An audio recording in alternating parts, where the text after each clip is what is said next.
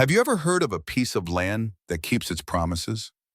A weathered old farm hidden in the quiet hills of a small town where one woman stands alone, facing the choice to let go or fight for everything her family ever built. But just when she's ready to give up, a wandering carpenter and his spirited young son walk into her life and change it forever. This is a story of roots, resilience, and the unexpected ways love finds us. If stories like this touch your heart, please like this video and subscribe to our channel so you never miss another moment like this. The morning sky was painted in soft shades of ash blue and honey gold as the old Ford pickup hummed quietly down the two-lane highway. The kind of road where time seemed to slow, where silence hung like mist between fields of corn and barley.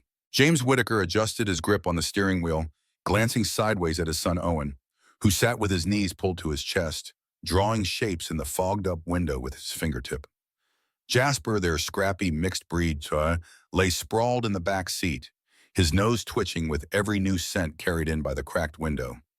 It had been a long drive, a long month, a long year.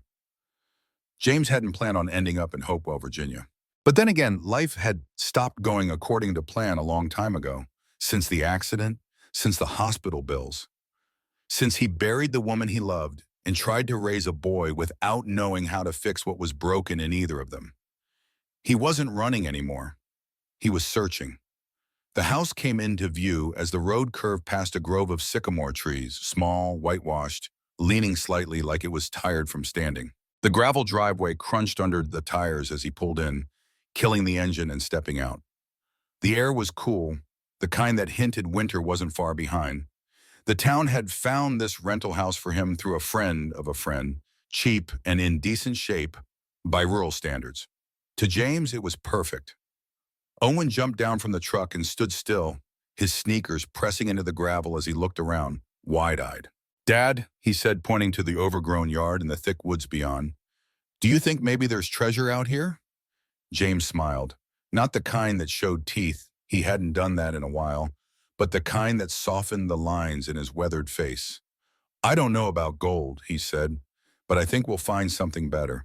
They unpacked the truck in silence, and that night, after a dinner of boxed mac and cheese and applesauce eaten off paper plates, Owen curled up in a blanket on the floor beside Jasper and fell asleep with a peace James hadn't seen in him since the funeral.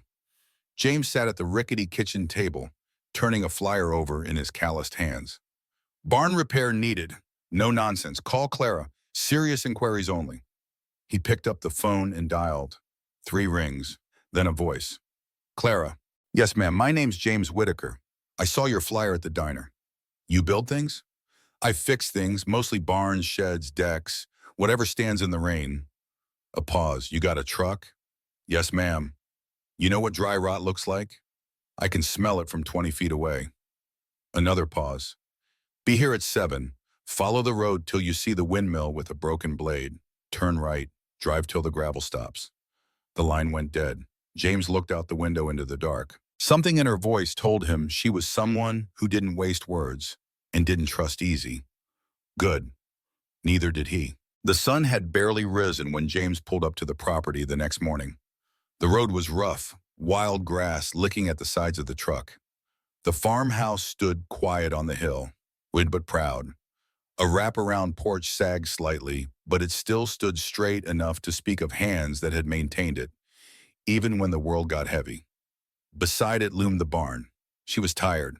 You could tell from the way her roof bowed in the middle and the way her left side slouched just a bit too far south. Her red paint had long since faded to a dusty rose, and the doors hung askew. But James had seen worse, and saved worse. He stepped out of the truck, grabbing his toolbox and slipping on a pair of well-worn gloves. As he shut the door, Jasper leapt from the back seat and began his usual perimeter check. Owen followed close behind, bouncing on his toes as he stared at the vast field beyond the barn. "That's a whole lot of land, Dad." James nodded. "Some folks carry their wealth in silence." The sound of boots against the porch caught his attention. He turned. She stood with one hand on the railing, watching him like a hawk sizing up an intruder. Her hair was pulled into a braid that looked like it hadn't seen a mirror in a while, and her eyes, sharp green, held the kind of quiet weariness that comes from staying when everyone else leaves. You Whitaker? She asked, her voice steady but tired.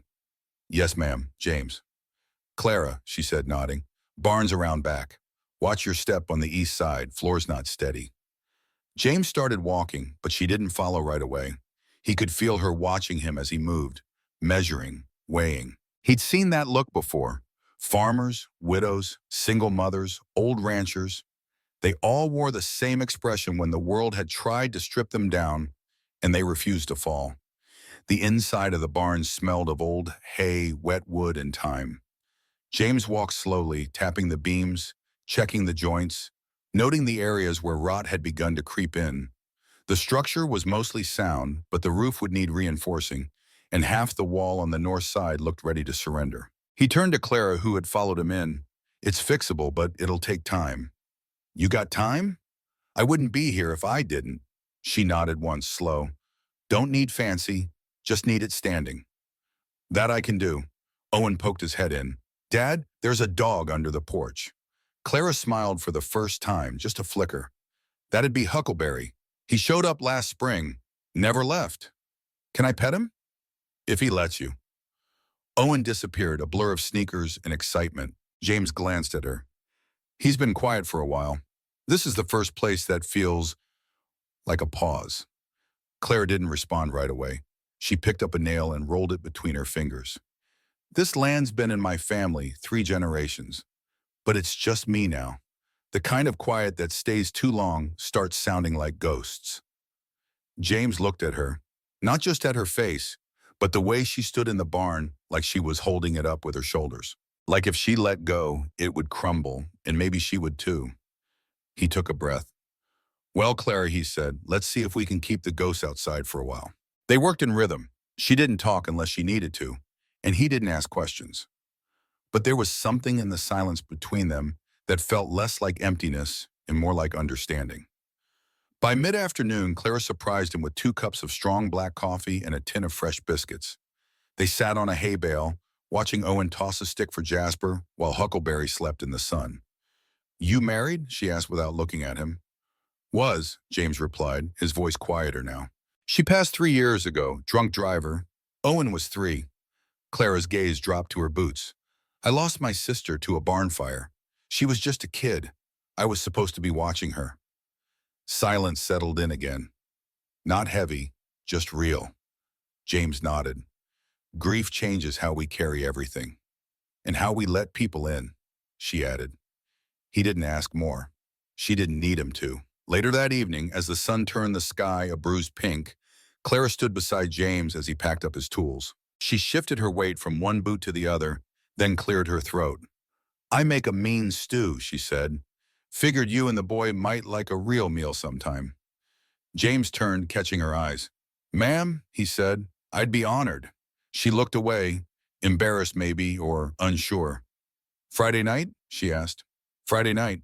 When they drove off, Owen hanging out the window waving to Huckleberry, James felt something he hadn't in a long, long while. Not relief, not escape, something closer to belonging.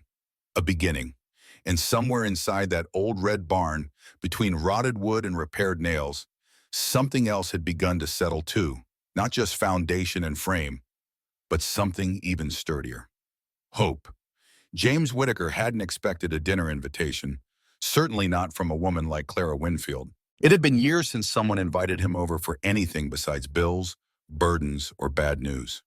So when she casually mentioned stew and cornbread that Friday morning, just before he packed up his tools and wiped the sweat from his brow, he had paused longer than he meant to. She hadn't looked at him when she said it, just glanced toward the old porch like it wasn't much of an offer, but it was everything. And so as dusk colored the sky in shades of rose and rust, James stood by the side of his truck, brushing sawdust from his flannel and trying to remember the last time he worried about how he looked. Owen had already changed, well, as much as a 7-year-old could. He wore his good shirt, which was only slightly less wrinkled than the one he'd worked in, and he'd used half a bottle of water to slick his hair back, only for it to spring right back up a few minutes later. I think she has horses, Owen said, hopping on one foot to adjust his sock. Do you think she'll let me ride one? James looked down at his son, who was practically vibrating with excitement.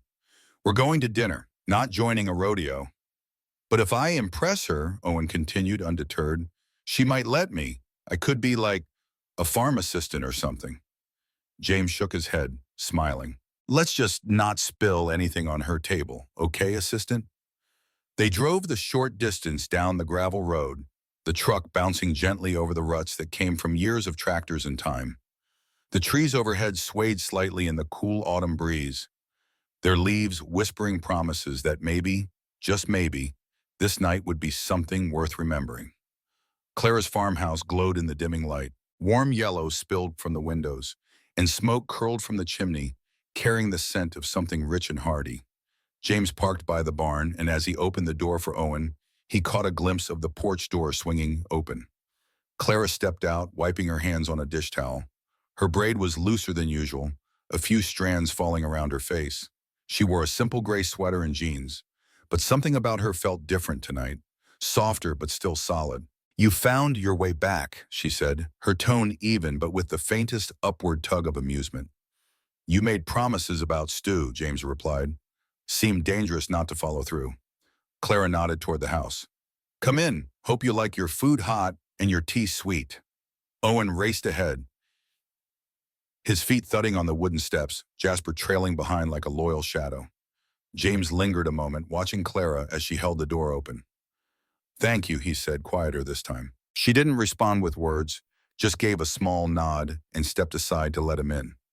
The warmth hit him first, not just from the heat of the stove or the fireplace crackling in the next room, but from something older, deeper, the kind of warmth that wrapped itself around a man's bones and reminded him what a home could feel like.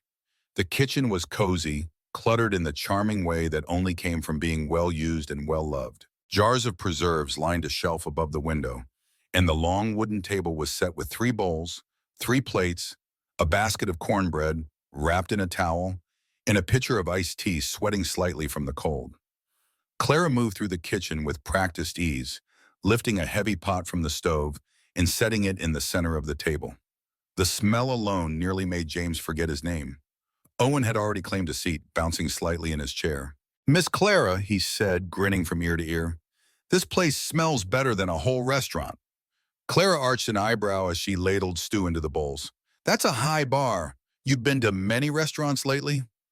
Owen blinked, then shook his head. Not really, but I've seen a lot of commercials. James chuckled.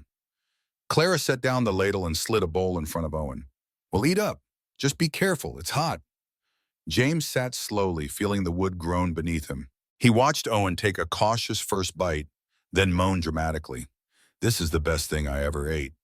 Easy now, James warned with a smile. Don't go proposing marriage on a full stomach. Clara gave a short, quiet laugh.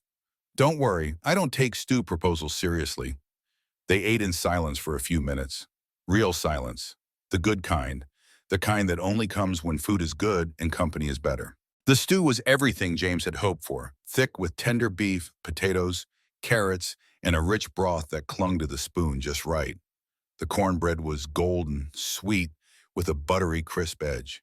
He hadn't had a meal like this since before. Clara poured tea into their glasses and then finally sat down herself, folding her hands neatly in her lap before picking up her spoon. Her movements were efficient, but James noticed the way her eyes drifted to Owen every so often, watching him eat, watching him laugh, like she'd forgotten what it was like to have a child's voice in her kitchen. James sipped his tea, then said quietly, You cook like someone who learned the long way.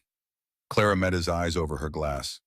My mother believed in full plates, said people couldn't fight or cry when their mouths were full. Smart woman. Too smart. She made me practice biscuits until I cried. James grinned. Worth it. A shadow passed over Clara's face just for a moment. She passed when I was 17, she said, her voice low. Dad died a few years after that.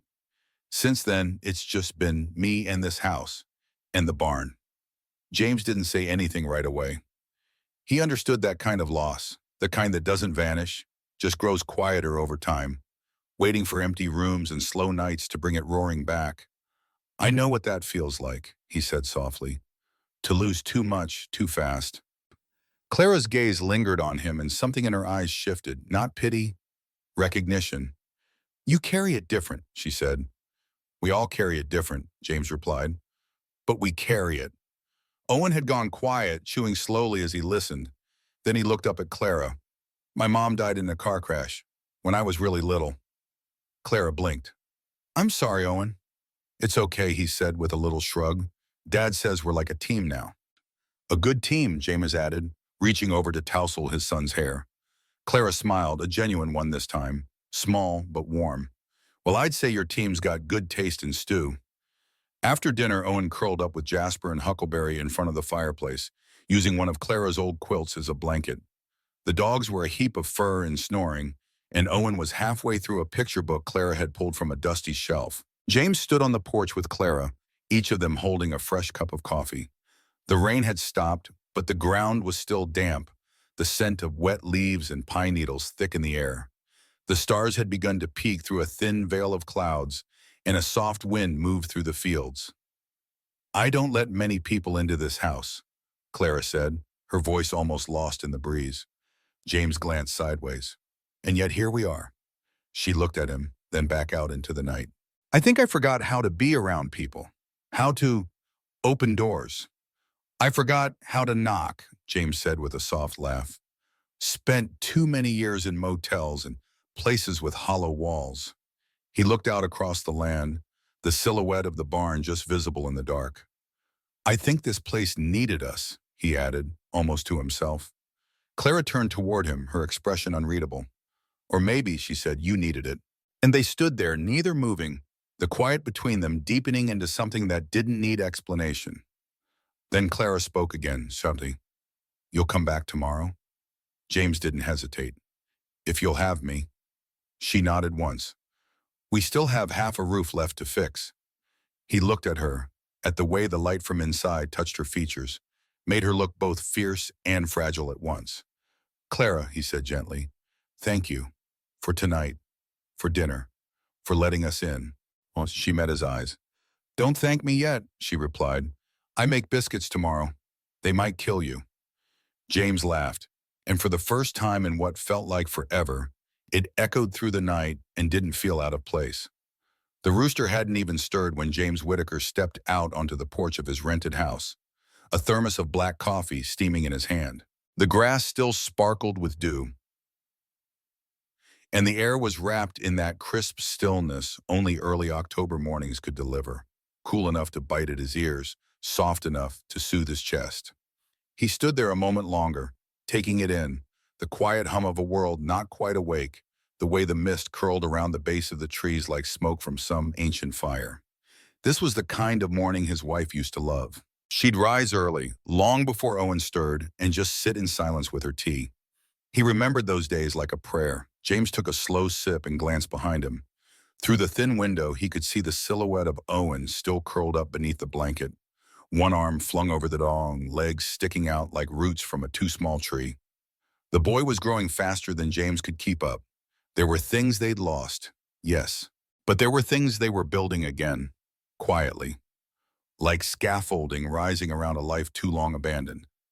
And Hopewell was giving him something he hadn't expected, peace.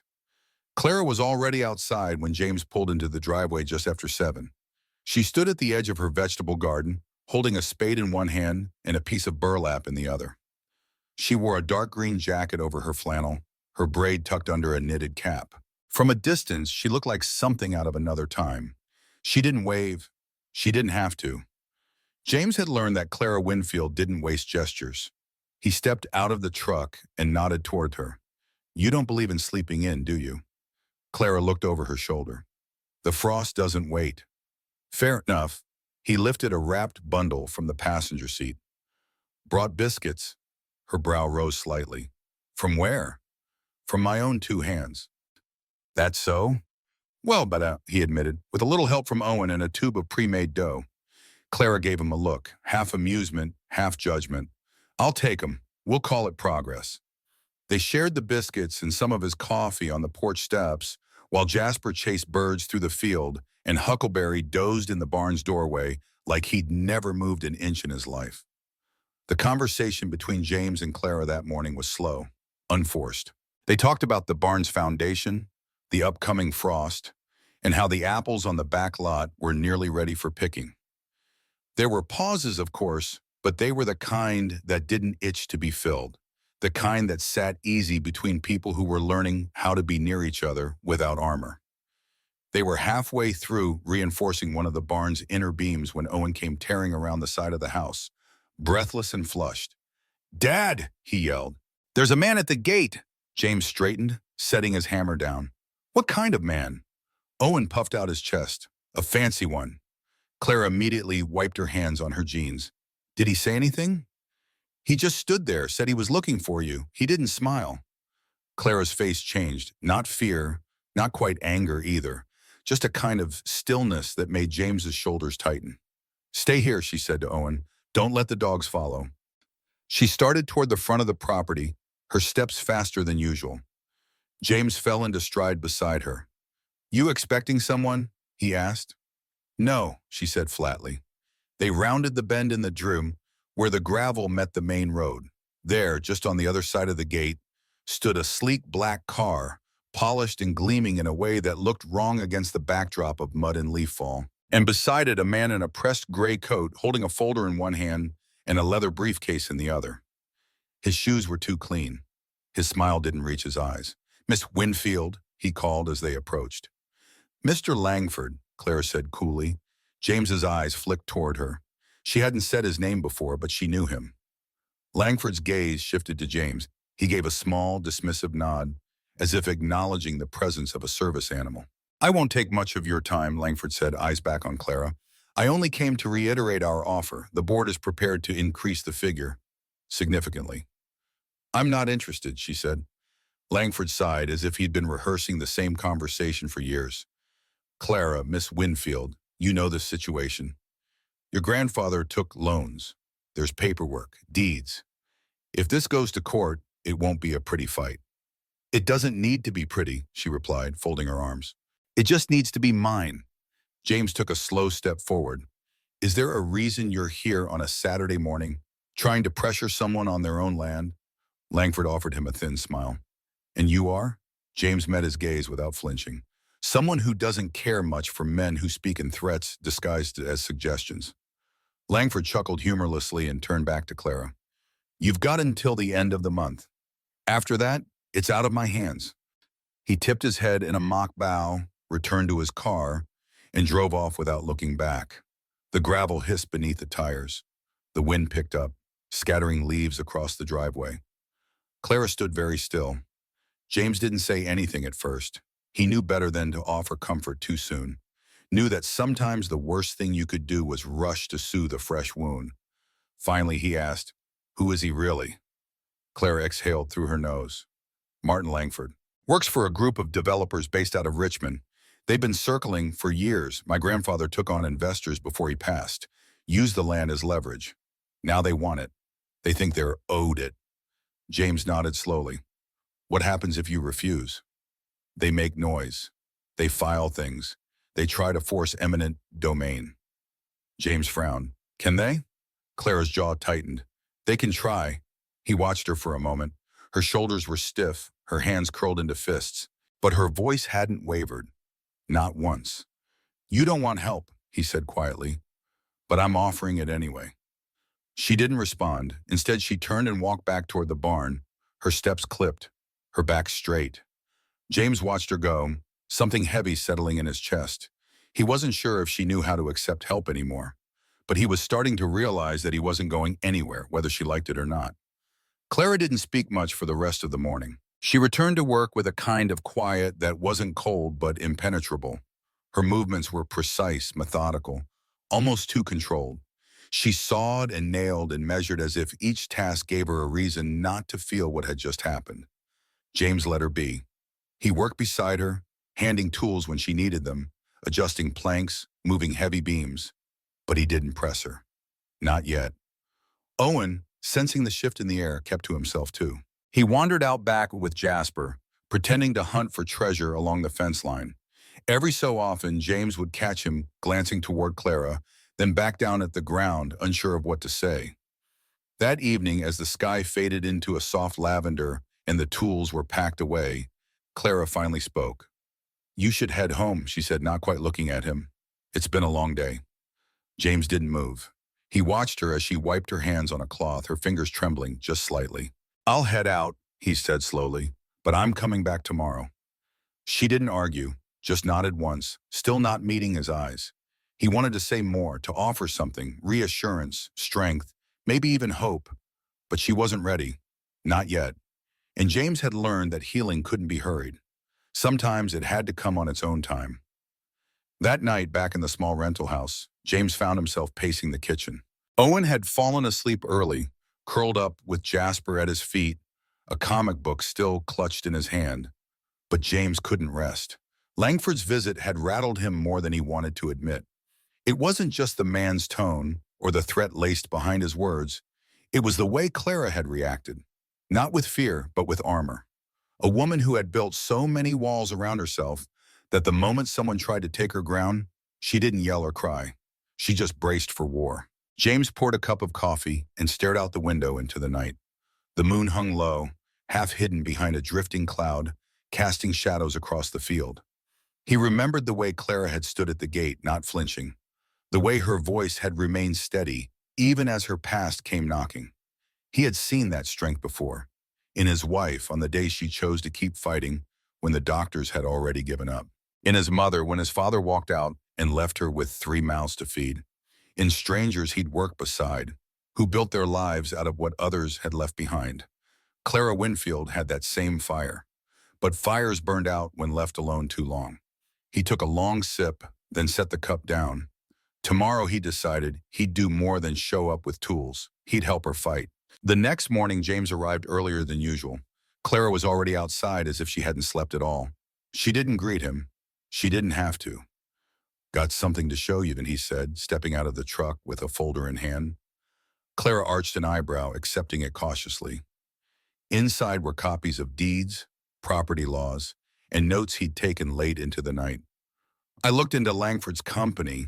They filed similar claims in 3 other counties, used loopholes, scared landowners into selling. Clara flipped through the pages, her brows drawing close. They target people who they think are isolated, who don't have backup, who won't fight back. She looked up at him, something like surprise in her eyes. James continued, "But you're not alone, Clara. Not anymore." Clara didn't speak right away. She just looked at him for a long moment, as if weighing the truth of his words. Finally, she said softly, "You really think I can stop them?" James stepped closer. "I don't think it. I know it." She looked away, blinking against the wind. Her voice cracked just a little. "They took everything from my grandfather. My father spent years trying to clean it up. I spent my 20s paying off debts I didn't make. I've given up so much already. I can't lose this too." James reached out, gently resting a hand on her shoulder. "Then we won't let that happen." Clara stared at him, her expression unreadable. But then, just for a moment, her shoulders relaxed. Not completely, but enough to say she believed him. Enough to say she might let him in. Not because she needed saving, but because she finally saw she didn't have to stand alone. By noon, they had a plan. Clara would reach out to a few neighbors, people who had known her family for decades. James would drive to the county clerk's office to get a look at any filings Langford's firm had submitted. And together, they'd draft a formal objection backed by evidence and signatures from the community. Clara's property might be rural, but it wasn't invisible. They would make it known. That evening, James returned with a thick envelope of copies. Clara greeted him with a second cup of coffee, no words needed. They sat on the porch steps, sorting through documents as the sun dipped low over the fields. Behind them, Owen played tag with the bungs, laughing freely, chasing the last of the daylight. Clara watched him for a while, her expression softening. "He's happy here," she said quietly. James nodded. "He doesn't say it, but I see it." "You ever think you'd have this again?" she asked. James hesitated. "No. After my wife passed, everything felt temporary, like I was living on borrowed time." Clara looked at him. "And now?" He turned his head to meet her gaze. "Now I think maybe I was just waiting for the right place to land." They sat in silence again, not because there was nothing to say, but because sometimes silence said it all. And in that silence, Clara reached over and rested her hand on his, not asking, not offering, just being. James turned his palm upward, gently lacing his fingers through hers. For the first time in a very long time, neither of them felt like they had to hold the world alone. The church bell in Hopewell rang 7 slow times as Clara stood in the back room of the old community hall, staring at a stack of handwritten letters tied with twine. Some were dated as far back as 1930, yellowed with time and curling at the edges. Others were newer, written by hand on lined notepaper with shaky cursive and firm convictions. They were letters from her neighbors, some still living, some long gone, testimonies of harvests shared, lives mended, families born and buried under the same stretch of land where her barn now stood. "This is the Everhart farm," one letter began, penned by a man named Thaddeus Graham in 1952. "It fed us during war, during drought, during the winters we thought we'd never survive." Clara's fingers trembled slightly as she ran them across the ink. These weren't just memories. They were anchors. Behind her, the faint hum of voices grew louder. James had arrived early to help arrange chairs and set up the coffee urn. He moved with his usual quiet steadiness, carrying tables like they were part of him. Owen darted between the aisles with a stack of printed flyers under one arm, excitedly passing them out to anyone who entered. At the top of each flyer were the words, "Save Everhart Farm, a piece of Hopewell's soul." It had been James's idea, of course.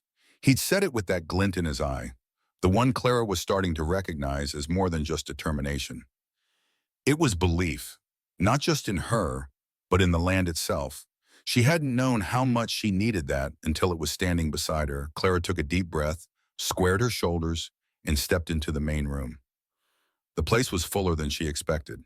Mrs. Whitaker from the post office, Pastor Alden and his wife, Henry Logan, the gruff old rancher who once called her the last real Winfield in town, even though they shared no blood. Dozens of others, folks who had known her parents, her grandparents, people who didn't know her a thing, but showed up anyway. James gave her a small nod from across the room. It was all she needed. She stepped up to the podium with a worn letter still in hand, cleared her throat, and began. "Thank you for coming. I know most of you don't like leaving your homes after dark unless there's a fire or a bake sale, and I'm not offering either." A few chuckles rippled through the crowd. Clara's voice steadied. "You all know this land. My grandfather, John Winfield, planted apple trees behind the barn before the war. My mother, Lorraine, taught Sunday school in this very building. You know what this farm means, not just to me, but to Hopewell." She held up the letter. This was written by Thaddeus Graham in 1952.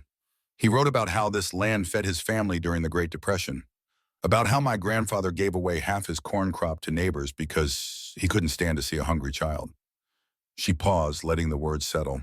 Now someone wants to buy it, tear it up, build luxury rentals or another chain store. They've got lawyers and contracts and all the reasons in the world to say it's just business. Her gaze swept the room. "But we know better."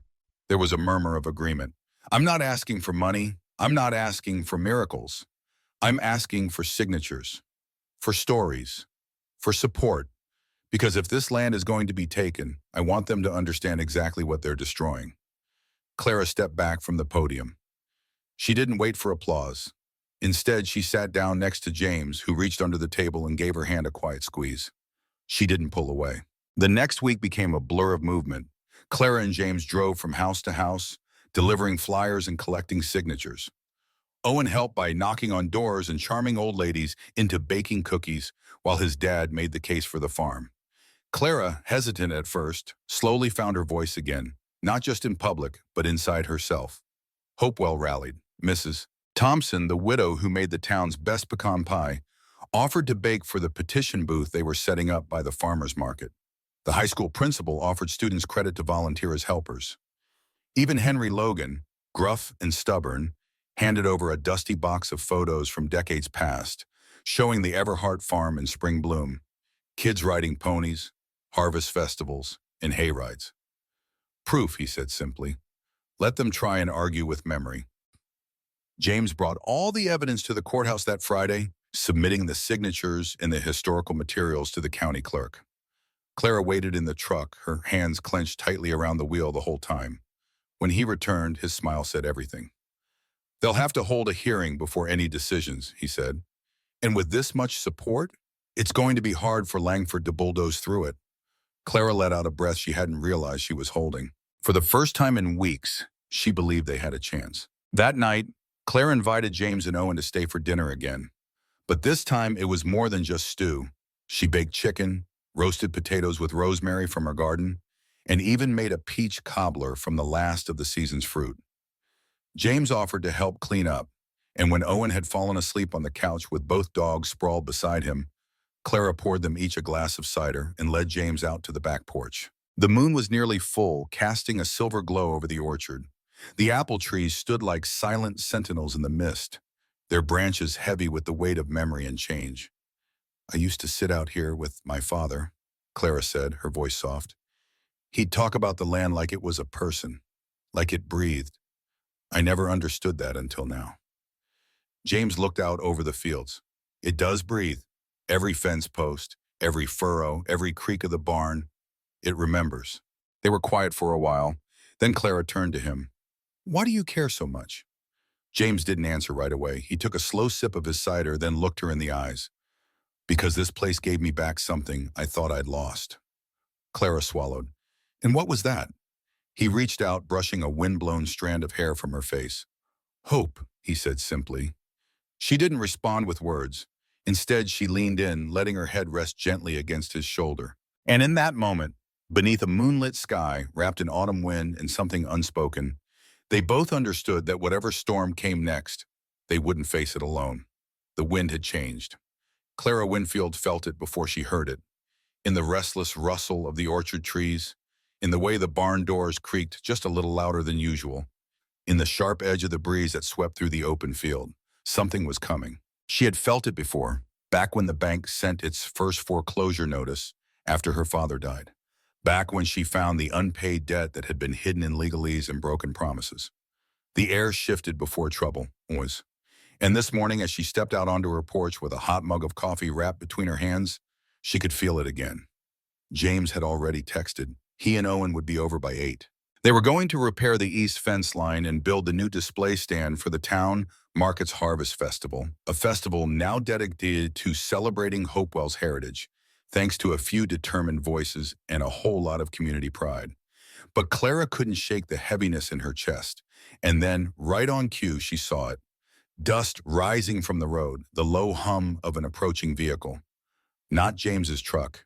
It was too sleek, too black, too early. She didn't need to guess. Langford. Again. He pulled up slow, like a man with no reason to hurry. The car rolled to a stop near the front gate, and he stepped out in the same gray coat, same leather briefcase, same expression that said he wasn't here for coffee.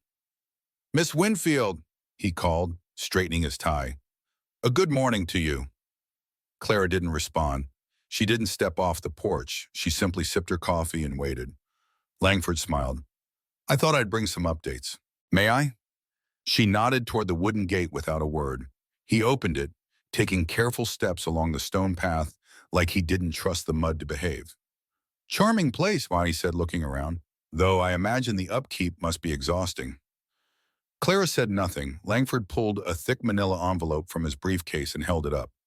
"We've filed with the county," he said. "The board will hold a formal review in 30 days. If the farm is deemed underutilized or in disrepair, the eminent domain process will begin." Clara's jaw tightened. It's not underutilized, and it's not in disrepair. Langford offered a tight smile. "That's for the board to decide." "We've already submitted hundreds of signatures," Clara said, her voice cool. "We've got historical documentation, photos, testimonies." Langford's expression didn't change. "And yet, your title is still entangled in unresolved debts. Debts your grandfather left behind. The land is still subject to civil evaluation, and the corporation I represent still holds legal interest." He set the envelope on her porch railing like he was delivering a party invitation. "Just trying to keep you informed," he added. "We wouldn't want any surprises." Clara stared at him. "You can file what you want, but I won't back down." Langford's eyes flickered just briefly. Then he stepped back, adjusted his coat, and turned to go. As he walked to the car, he called over his shoulder, "30 days, Miss Winfield. Clock's ticking. He drove off in a cloud of dust and arrogance. Clara stood there for a long moment, coffee gone cold in her hands, her pulse hammering against the rim of the mug. Then she heard it, tires crunching behind her. James. His truck came to a stop just behind the barn. Owen leapt out, already shouting about a squirrel he saw with a tail like a feather duster. But James didn't look at his son. He was watching Clara, and he knew. Without asking, without a word, he climbed the porch steps and gently took the envelope from the railing. He opened it, scanned the top few pages, and then let out a slow breath. He's pushing hard. Clara crossed her arms. He filed. James nodded. It's not the end. It just means we work faster. She looked at him, her voice tight. What if it's not enough? James looked back at her with the same calm she had come to trust more than her own breath. Then we raised the stakes. They worked all day. Clara didn't take breaks. She moved like someone trying to outrun dread, her hands blistered by noon, her jeans streaked with mud by mid-afternoon. James kept up with her, not pushing, not lecturing, just being there, matching her pace, her silence, her fury. Owen helped too, nailing signs to the wooden stand by the market road that read, Everhart Farm, since 1926, apples, preserves, hope. It was Owen's idea to add hope. Clara had teared up a little when he said it, but she blamed the wind. By the time the sun set, the display was done, the fence line repaired, and Clara's legs were shaking. James convinced her to sit on the porch while he finished cleaning the tools. You can't outrun him, James said finally, handing her a mason jar of cold sweet tea. She took it inside. I'm not trying to outrun him. Yes, you are, he said gently. But you're not alone now, Clara. This isn't just your fight anymore. She looked at him then, not guarded, not armored, just tired. I don't know how to let people help, she admitted. James sat beside her and then start small, he said. Let me stay. Clara turned to him, brows drawn. What do you mean? I mean, when the board reviews this place, they'll be looking for signs of activity, productivity, support. We turn this into a functioning community farm. We make it a hub. We show them this land is the heart of something bigger. Clara stared at him. That takes time, money, people. And you've got all three, James said. You've got a town that loves you, a boy who thinks this place is magic, and someone willing to build whatever you need. One beam at a time. Clara's voice cracked. Why, James, why are you doing all this? He looked at her, his voice rough. Because when I lost everything, no one told me it was okay to start over. No one told me I still had something left to offer. But this place, you gave me a reason to stop drifting. He reached for her hand. And I'm not leaving. Not now, not ever. Clara didn't speak. She just leaned forward and rested her head against his chest, letting herself breathe into the silence, into the man beside her, into the strength she hadn't known she was allowed to ask for. And in the dark, with the wind rustling through the trees and the stars blinking slowly awake above them, Clara Winfield finally let herself believe that maybe, just maybe, she wouldn't lose everything this time. The night before the harvest gathering, Clara Winfield stood in the middle of her kitchen, staring at 3 pie crusts cooling on the windowsill and the 4th she'd just accidentally burned in the oven. The smoke curled lazily from the blackened edge, and for a moment she just stood there, hands on her hips, letting out a long breath that smelled like cinnamon, butter, and defeat. Jasper, ever the opportunist, licked his chops at her feet, hopeful for crumbs. This is what I get, she muttered, sliding the pan out and tossing the charred pastry into the compost bin. Trying to be festive, she looked around the kitchen, apples half peeled, dough stuck to the counter, a loaf of bread rising stubbornly in the corner. It wasn't the mess that overwhelmed her, it was the reason behind it. She hadn't hosted anything in years, not since her father's last harvest festival, the one just before his stroke.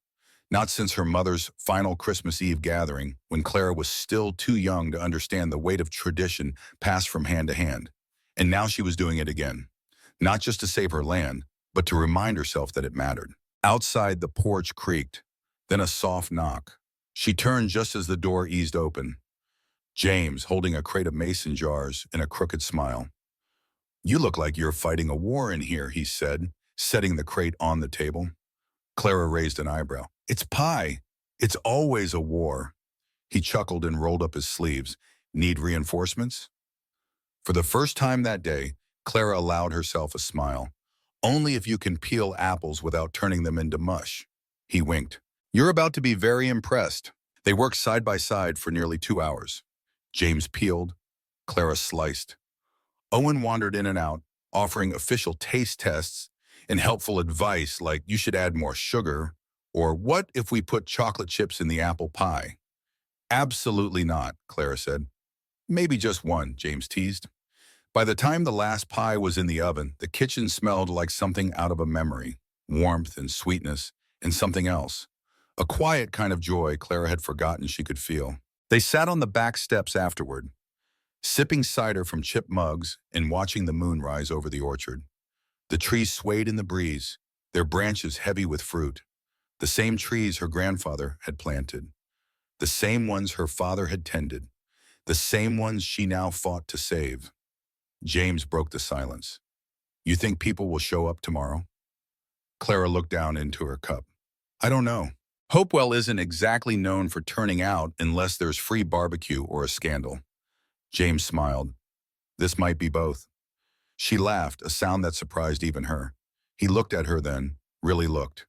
You've already done something incredible, Clara. She didn't answer, but she didn't look away either. By dawn, the farm was humming. Volunteers began arriving before the sun had fully crested the horizon. Trucks pulled in one after another, some hauling hay bales, others crates of pumpkins, baskets of apples, coolers of preserves. Teenagers from the local high school set up folding chairs and helped string old Christmas lights along the fence posts. Mrs. Whitaker arrived with 4 pies and a stern warning not to let them sit too close to the pumpkin spice nonsense. Henry Logan brought a grill, a stack of corn, and a cooler the size of a bathtub. Don't ask what's in it, he grunted. Just say thank you. James and Owen handled setup at the cider station, while Clara, reluctant but composed, gave directions from the porch, clipboard in hand. The sign near the road read, Everhart Harvest Gathering, a celebration of land, family, and hope. It was James' idea to include the word hope, and Clara hadn't changed it. By mid-morning, the farm was alive. Children ran between the rows of trees, playing tag and hiding behind scarecrows made of old flannel shirts. A fiddler played beneath the walnut tree, joined by a banjo and the soft thump of a stand-up bass. The smell of baked apples, grilled corn, and fresh biscuits hung in the air like a song. Clara wandered through it all like a ghost waking up. Neighbors who hadn't spoken in years sat side by side on hay bales, laughing over mugs of cider. A grandmother pointed to the barn and told her granddaughter, That's where I met your grandpa. Teenagers danced awkwardly near the old tractor shed, and Clara swore she could hear her father's voice in the breeze. You built this, James said quietly, appearing beside her. No, she replied. They did. He didn't argue, but the way he looked at her made her feel like maybe she had. At noon, Clara climbed the makeshift stage. It wasn't fancy, just 3 stacked pallets covered in a woven rug, but it held her steady. She looked out at the faces, dozens of them, maybe more. Faces weathered by seasons, brightened by laughter, and softened by time. She took a breath and began. I didn't know if anyone would come, she said. Not because I don't believe in Hopewell, but because I forgot what it felt like to belong. The crowd quieted, the wind stilled. My grandfather built this farm with more faith than money. My father kept it alive with more sweat than sleep. And when it came to me, I thought the best thing I could do was keep my head down and try not to lose it. She paused, looking out over the fields. But this land doesn't want silence. It wants music. It wants laughter. It wants voices, yours, mine, ours. She swallowed hard.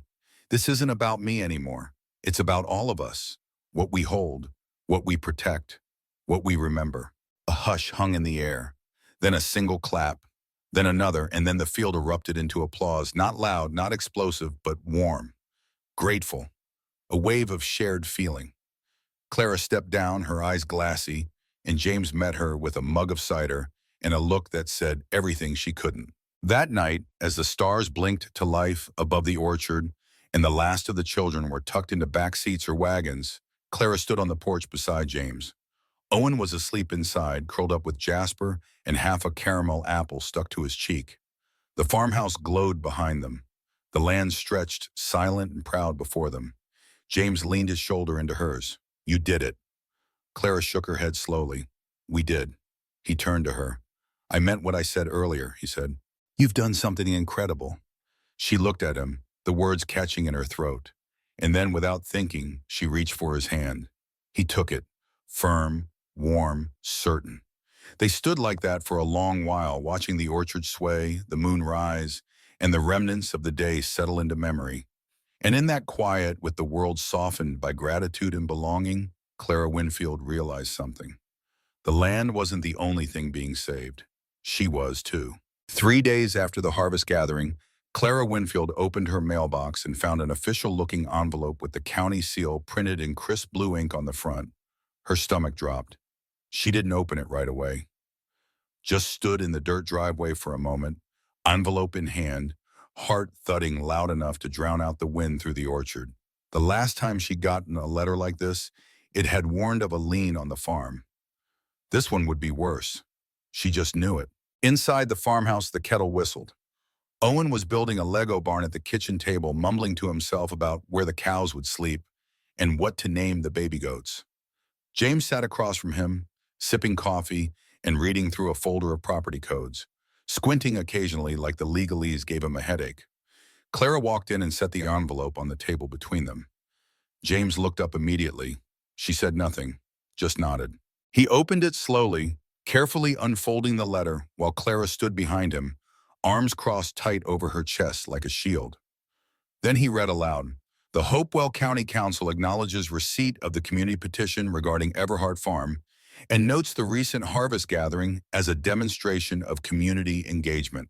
However, due to a renewed application filed by the Langford Development Corporation citing underutilized agricultural zoning and structural inefficiency of the property, the board will proceed with a special review to determine the viability of eminent domain action under Section 16.04b.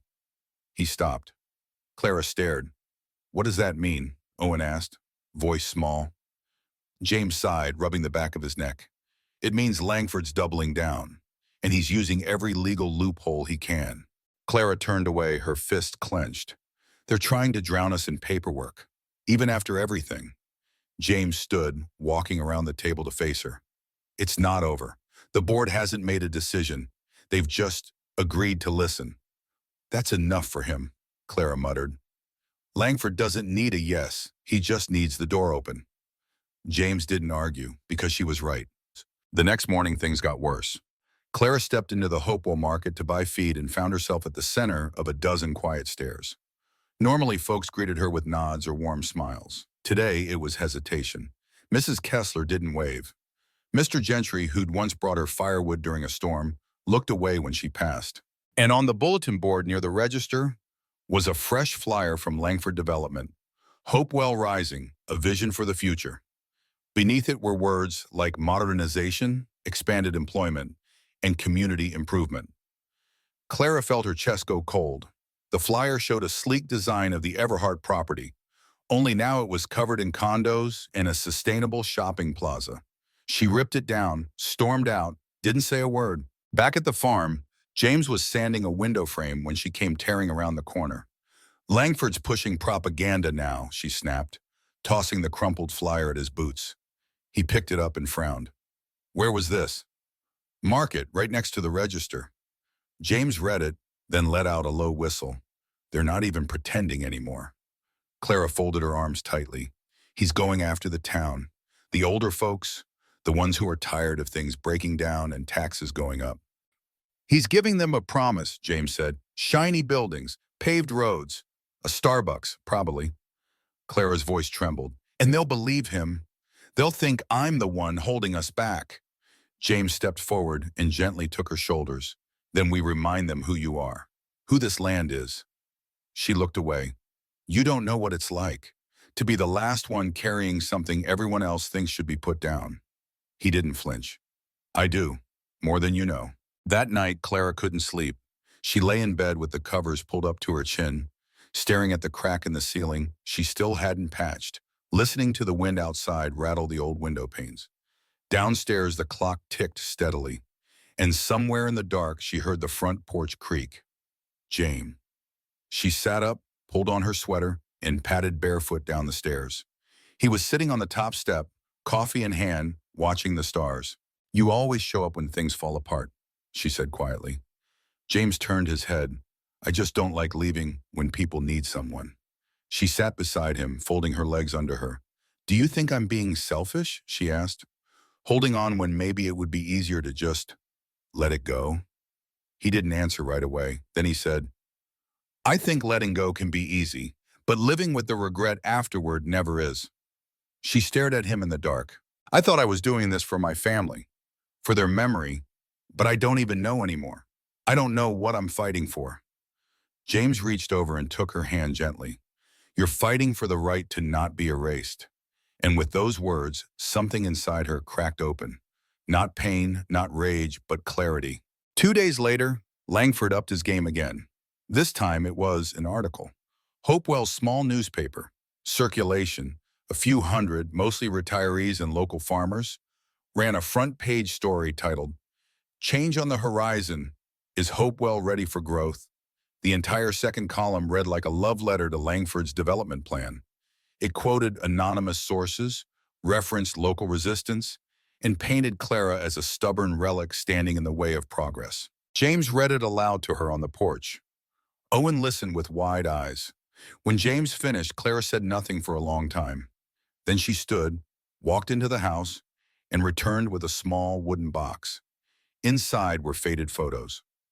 Her grandfather standing beside the first tractor ever used on the farm. Her mother, arms wrapped around Clara as a toddler, sitting in the barn loft. Her father's handwritten ledger of seed orders from 1971. She laid them all out on the porch table, then looked James in the eyes. "Let's tell our story." The next 48 hours were a whirlwind. Clara and James reached out to the same newspaper that had published Langford's piece. They offered an interview, not to argue, not to fight, but to show another side. The editor, Mr. Ellis, was a quiet man with a crooked tie and thick glasses who said softly, "I've lived here 40 years. I'd rather see real people than renderings of glass buildings." Clara told him everything. The land, the history, the meaning. James spoke about the community, the way the harvest gathering had brought people together in a way no corporate plaza ever could. They didn't beg. They told the truth. The next week, the paper ran a new headline, "Hopewell Roots, What One Farm Means to a Town." The photos of Clara's family ran beside photos from the harvest gathering, children laughing, couples dancing, neighbors smiling. And beneath it all, a quote from Clara. "This land has never been mine alone. It's been ours." It still is. That Sunday, Clara walked into the market again. This time, people didn't look away. Mrs. Kessler handed her a jar of jam with a smile. Mr. Gentry offered to help stack bags of feed. 2 teenage girls ran up and said their grandmother had cried reading the article.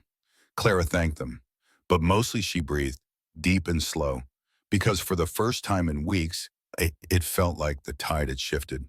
Just a little, but enough. That night, after Owen had gone to bed, James and Clara stood on the back porch again. No words, just stars. And then quietly, James turned to her and said, "You're not the last one holding the line anymore." She looked up at him, her voice barely a whisper. "Then stay with me." James didn't ask what she meant. He just took her hand, laced his fingers through hers, and held on. And under the random dark sky, on land soaked with memory and promise, Clara Winfield finally let herself believe she was not alone. She never had to be again.